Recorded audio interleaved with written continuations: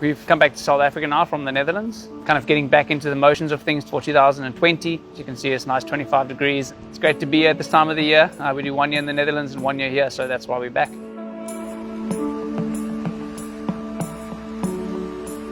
Spent a lot of time overseas and a lot of time out the suitcase and all that stuff, and so there's no one to turn to if things go wrong. I've got my fiance, which is one person, but I don't have family and friends and all of that. So to come back to South Africa and just talk with people about something completely not related to what I'm doing is definitely the way of kind of switching off and just thinking about other things in life.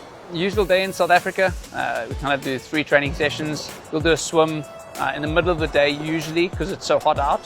And seeing family and friends. The rest of the year I can't do that, so it's great to do that and go to the coffee shops I like, and now settling into a new house. So a lot of things happening at the same time. I'm approaching this season a little bit differently to others, just starting a bit slower, so make sure I'm strong and stable and not doing too much training in the first 3 weeks. I got injured at the start of 2019, so I want to try and make sure I don't get injured in 2020. Doing a bit more gym than I usually do. It's quite a priority thing now. This year was maybe the first time I thought about maybe working with a sports psychologist.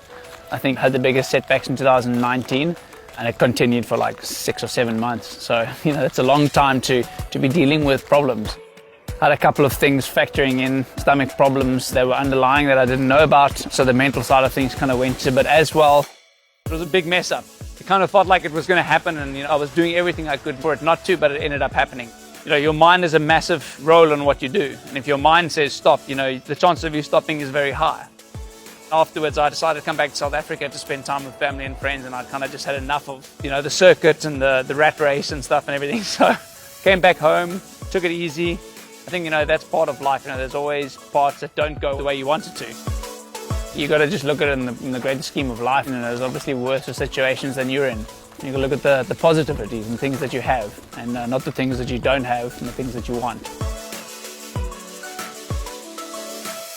And I've got a great team of people that help me every single day. I think it's really important, that the group around you keeps you honest.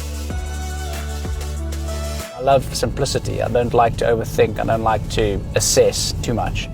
When I'm doing really hard sessions, very little thought process is going on.